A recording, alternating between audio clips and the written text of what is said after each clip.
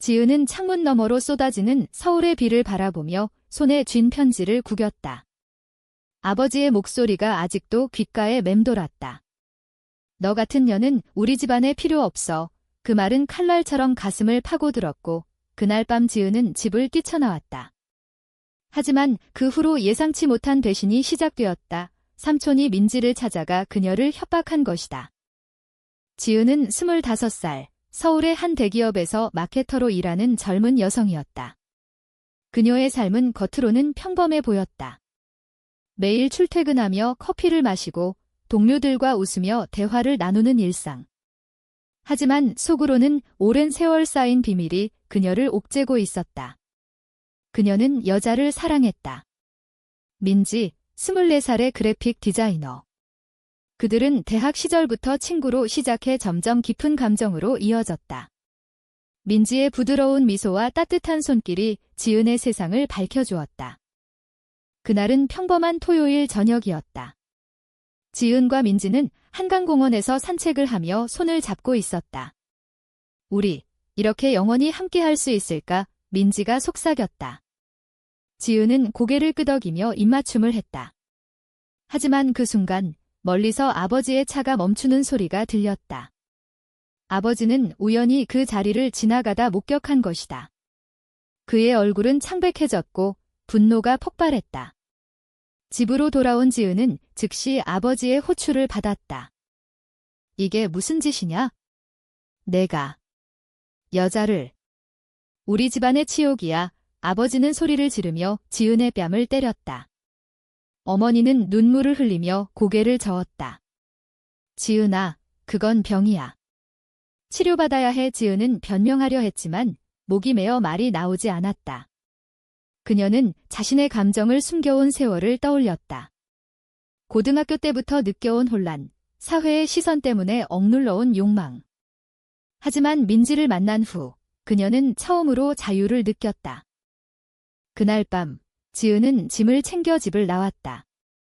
아버지는 문을 잠그며 다시는 돌아오지 마 라고 외쳤다. 지은은 민지의 아파트로 향했다. 민지는 그녀를 안아주며 괜찮아, 함께 이겨낼게 라고 말했다. 하지만 다음 날 삼촌의 전화가 왔다. 삼촌은 아버지의 형제이자 집안의 이 문제 해결사였다. 그는 민지를 직접 찾아가 지은을 포기하지 않으면 내 가족에게 해를 끼치겠다 오고 협박했다. 민지의 부모는 보수적인 시골 출신으로 그런 소문을 두려워했다. 지은은 이 사실을 알게 되자 충격에 휩싸였다. 왜 삼촌이? 그녀는 삼촌을 찾아갔다. 삼촌은 차분하게 말했다. 집안의 명예를 지키는 거야? 내가 잘못된 길을 가고 있으니. 지은은 분노했다. 내 삶은 내 거예요. 왜 간섭하세요? 하지만 삼촌은 미소 지으며 내가 아직 어리니까. 곧 깨달을 거다라고 대답했다. 이 대화는 지은의 마음에 깊은 상처를 남겼다. 그녀는 자신의 정체성을 부정당하는 느낌이었다. 사회의 정형화된 틀 속에서 그녀는 항상 정상이 되려 애썼다. 민지는 지은에게 포기하지 말자라고 말했다. 하지만 압력은 점점 커졌다. 지은의 직장 동료 중 하나가 소문을 듣고 그녀를 피하기 시작했다. 너, 그 소문 사실이야. 동료의 물음에 지은은 대답할 수 없었다. 그녀는 점심시간에 혼자 앉아 눈물을 삼켰다. 이 사회에서 동성애는 여전히 금기였다. 드라마나 영화에서나 나오는 이야기, 현실에서는 비난의 대상. 지은은 자신의 선택이 가져올 대가를 실감했다. 삼촌의 개입은 더 깊어졌다. 그는 지은의 회사 상사에게 익명으로 편지를 보냈다. 직원 중에 도덕적으로 문제가 있는 사람이 있습니다. 지은은 상사의 호출을 받았다. 이게 무슨 소리냐? 회사 이미지를 생각해라. 지은은 부정했지만 이미 늦었다. 그녀의 프로젝트는 다른 사람에게 넘어갔다. 지은은 좌절했다. 이게 내 인생인가? 그녀는 민지에게 털어놓았다. 민지는 함께 싸우자라고 했지만 그녀의 눈에는 두려움이 스쳤다. 지은은 과거를 회상했다. 어린 시절, 아버지는 항상 여자는 결혼해서 가정을 꾸려야 해라고 말했다. 삼촌은 그 말을 지지하며 지은을 돌바른 길로 인도하려 했다. 하지만 지은은 달랐다. 그녀는 여자친구를 사귀며 행복을 느꼈다. 민지와의 만남은 우연이었다. 대학 동아리에서 만난 그들은 점점 가까워졌다. 첫 키스는 비 오는 날, 지은의 기숙사에서. 그 순간 지은은 세상이 달라 보였다. 하지만 이제 그 행복은 위협받고 있었다. 지은은 결정을 내려야 했다. 포기할까, 싸울까? 그녀는 민지와 함께 카페에 앉아 계획을 세웠다. 우리 독립하자. 서울을 떠나 다른 곳으로. 하지만 현실은 만만치 않았다. 돈, 직장, 가족. 모든 것이 걸려 있었다. 지은은 밤새 울었다. 왜 나만 이렇게 힘들어야 해? 이 질문은 그녀의 마음을 파고들었다. 사회의 정형화된 시선이 그녀를 옥죄었다. 지은의 결심은 곧 시험대에 올랐다. 다음 날, 민지의 부모가 서울로 올라왔다. 삼촌이 그들에게 연락한 것이다. 딸이 잘못된 길을 가고 있습니다. 민지의 어머니는 눈물을 흘리며 민지야, 그만해. 내 인생 망치지 마 라고 말했다. 민지는 지은의 손을 잡고 덤마, 이게 내 선택이에요 라고 대답했다. 하지만 아버지는 화를 내며 집으로 돌아와. 아니면 지원 끊을 거야. 이민지는 디자이너로서 아직 불안정한 수입이었다. 이 위협은 그녀를 흔들었다. 지은은 이 장면을 멀리서 지켜보았다. 그녀의 가슴은 찢어질 듯 아팠다. 내 탓이야. 그녀는 스스로를 탓했다. 하지만 민지는 아니야. 우리 탓이 아니야. 사회가 잘못된 거지라고 위로했다. 그날 밤, 둘은 서로를 안고 울었다. 지은은 자신의 내면을 들여다보았다. 왜 그녀는 이렇게 태어났을까? 왜 사랑이 죄가 되는 걸까? 이 질문들은 밤새 그녀를 괴롭혔다. 다음 주, 지은은 회사에서 더 큰 압력을 느꼈다. 상사가 그녀를 불러 개인적인 문제로 업무에 지장이 있으면 휴직을 고려해라 라고 말했다. 지은은 문제없어요 라고 대답했지만 속으로는 분노가 끓었다. 그녀는 동료들의 수군거림을 들었다. 그애, 레즈비언인가 봐. 이 말들은 그녀의 자존감을 갉아먹었다. 지은은 점심을 거르며 화장실에서 울었다. 왜 나만? 삼촌은 멈추지 않았다. 그는 지은의 어머니를 설득해 그녀를 만나게 했다. 어머니는 카페에서 지은을 기다렸다. 지은아, 돌아와. 아버지가 화 풀릴 거야. 치료받자. 지은은 고개를 저었다. 엄마, 이건 병이 아니에요. 내 감정이에요. 어머니는 한숨을 쉬며 사회가 그렇게 보는 걸 어쩌니? 내가 행복할 수 있을까? 이 말은 지은의 마음에 깊은 상처를 남겼다. 그녀는 어머니의 눈빛에서 사랑과 두려움을 보았다. 민지는 자신의 가족과 대치했다. 그녀의 오빠가 개입했다. 민지, 그 여자 때문에 가족을 버릴 거야. 민지는 오빠, 사랑이야. 이해해줘 라고 말했다. 하지만 오빠는 그건 변태야 라고 소리쳤다. 이 대화는 민지의 마음을 아프게 했다. 그녀는 지은에게 포기하고 싶어라고 털어놓았다. 지은은 충격받았다.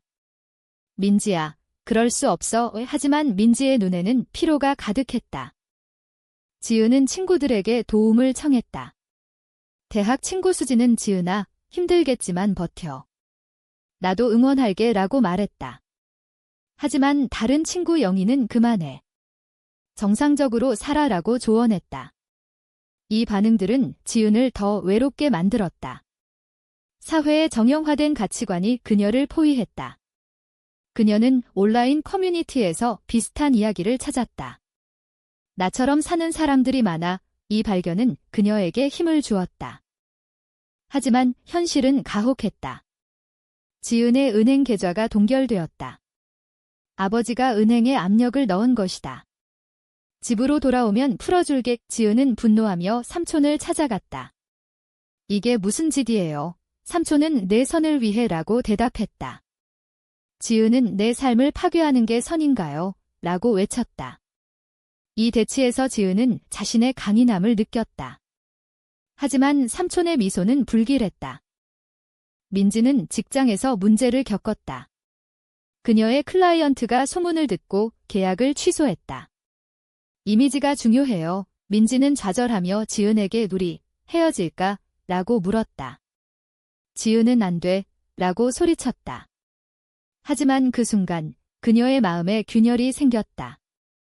사랑과 현실의 갈등? 지은은 밤새 고민했다. 희생이 너무 커. 지은은 과거의 기억을 떠올렸다. 고등학교 때 여자 선배를 좋아했던 감정. 그때 그녀는 스스로를 부정했다. 이건 잘못돼서. 하지만 민지를 만난 후 그녀는 받아들였다.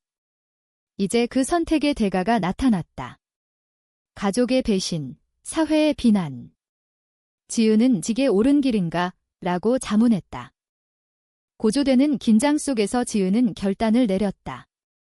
민지, 우리 함께 싸우자. 변호사를 찾아보자. 하지만 이 결정은 새로운 반전을 가져왔다.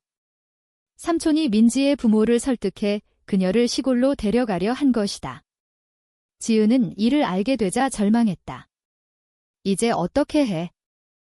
민지의 부모가 그녀를 데리러 왔을 때 지은은 아파트 문 앞에서 막아섰다. 민지야, 가지마. 민지는 눈물을 흘리며 미안해, 지은아. 가족 때문에 라고 말했다. 부모는 민지를 끌고 차에 태웠다. 지은은 그 광경을 보며 무릎을 꿇었다. 왜 나한테만? 이 배신은 그녀의 세계를 무너뜨렸다. 민지가 떠난 후 지은은 혼자 남아 울었다. 다음 날 지은은 민지에게 연락했다.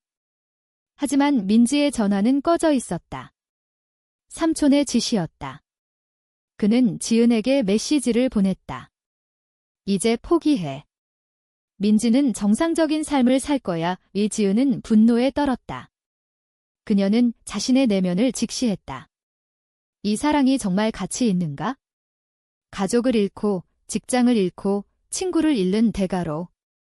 하지만 그녀는 포기할 수 없어 라고 중얼거렸다. 지은은 변호사를 찾아갔다. 가족의 개입이 불법인가요? 변호사는 협박 요소가 있으면 가능해요 라고 말했다.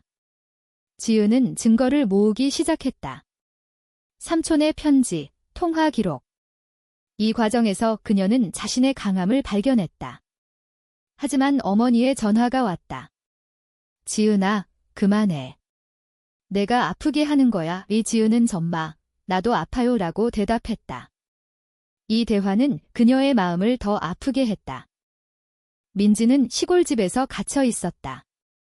부모는 그녀의 핸드폰을 뺏고 치료받아라고 말했다. 민지는 저항했다. 이건 사랑이에요. 하지만 아버지는 그런 사랑은 없어 라고 말했다. 민지는 지은을 생각하며 울었다. 그녀의 내면은 갈등으로 가득했다. 가족의 기대 vs 자신의 감정. 그녀는 희생해야 할까? 라고 고민했다. 지은은 친구 수진의 도움을 받아 민지의 위치를 알아냈다. 그녀는 버스를 타고 시골로 향했다. 도착한 마을은 조용했다. 민지의 집 앞에서 그녀는 기다렸다. 밤이 되자 민지가 창문을 통해 신호를 보냈다. 지은아, 도와줘. 지은은 울타리를 넘어 민지를 데리고 나왔다. 둘은 도망쳤다. 우리, 이제 자유야. 하지만 이 탈출은 새로운 위험을 불러왔다. 부모가 경찰에 신고한 것이다. 경찰서에서 지은과 민지는 조사를 받았다. 납치인가요? 경찰의 물음에 민지는 아니에요. 제 의지예요 라고 말했다.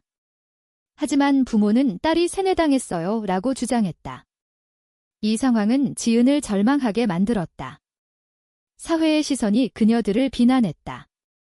변호사가 도착해 성인입니다. 선택의 자유가 있어요 라고 변호했다. 결국 풀려났지만 지은은 피로에 지쳤다. 삼촌은 이 소식을 듣고 서울로 왔다. 그는 지은을 찾아 이제 그만해. 내가 이기지 못해 라고 말했다. 지은은 왜 저희를 괴롭히세요? 라고 물었다. 삼촌은 집안의 전통을 지키기 위해 라고 대답했다. 이 대치에서 지은은 삼촌의 약점을 보았다. 그는 자신의 과거를 숨기고 있었다. 젊었을 때의 실패한 사랑.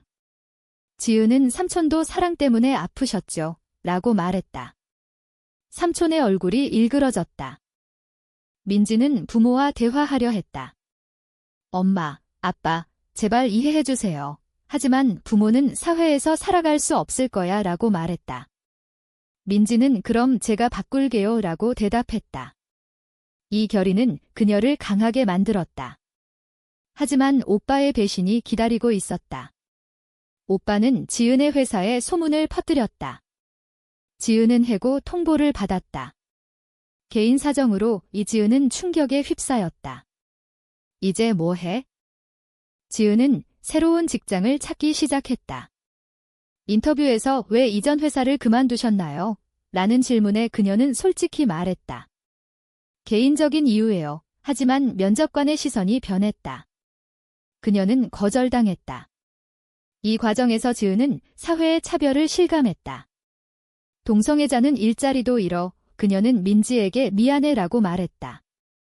민지는 함께라면 괜찮아 라고 위로했다. 고조되는 드라마 속에서 지은은 식탁에 앉아 계획을 세웠다. 우리 해외로 갈까? 하지만 돈이 없었다.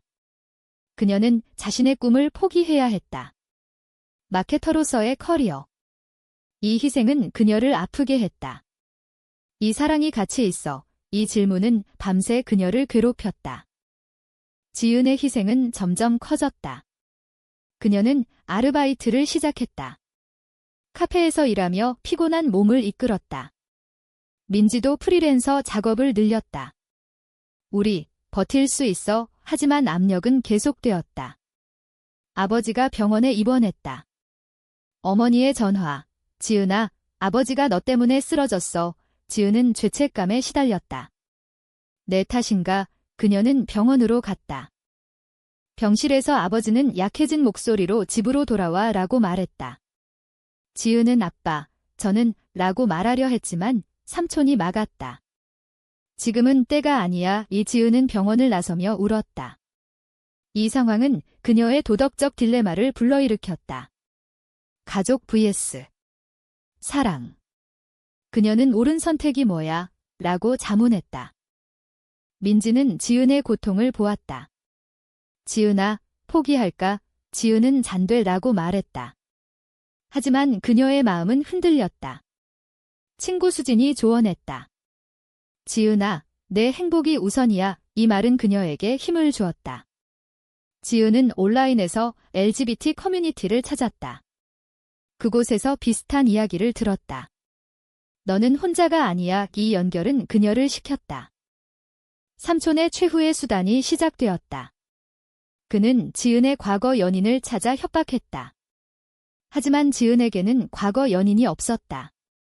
대신 그는 민지의 과거를 캐냈다. 민지, 내가 고등학교 때 좋아했던 여자. 민지는 충격받았다. 어떻게 알았어? 삼촌은 내 인생을 망치지 마라고 말했다. 이 배신은 민지를 무너뜨렸다. 지은과 민지는 대치의 정점에 섰다. 그들은 공원에서 만났다. 우리 끝내자. 민지가 말했다. 지은은 돼. 민지는 너무 아파. 지은은 울며 그럴 수 없어. 이 순간 그녀들은 서로의 상처를 보았다. 하지만 지은은 함께라면 이겨낼 수 있어 라고 말했다. 민지는 고개를 끄덕였다. 이 재결합은 새로운 시작이었다. 하지만 아버지의 상태가 악화되었다. 지은은 병원으로 달려갔다. 아버지는 미안해, 지은아. 내가 이해 못했어 라고 말했다. 지은은 자빠, 저도 미안해요 라고 대답했다. 이 화해의 순간은 그녀의 마음을 풀어주었다. 하지만 삼촌은 여전히 반대했다. 이건 안 돼. 지은은 삼촌, 이제 그만하세요 라고 말했다. 사회의 변화가 보이기 시작했다. 지은은 LGBT 행사에 참가했다. 그곳에서 그녀는 지지자들을 만났다.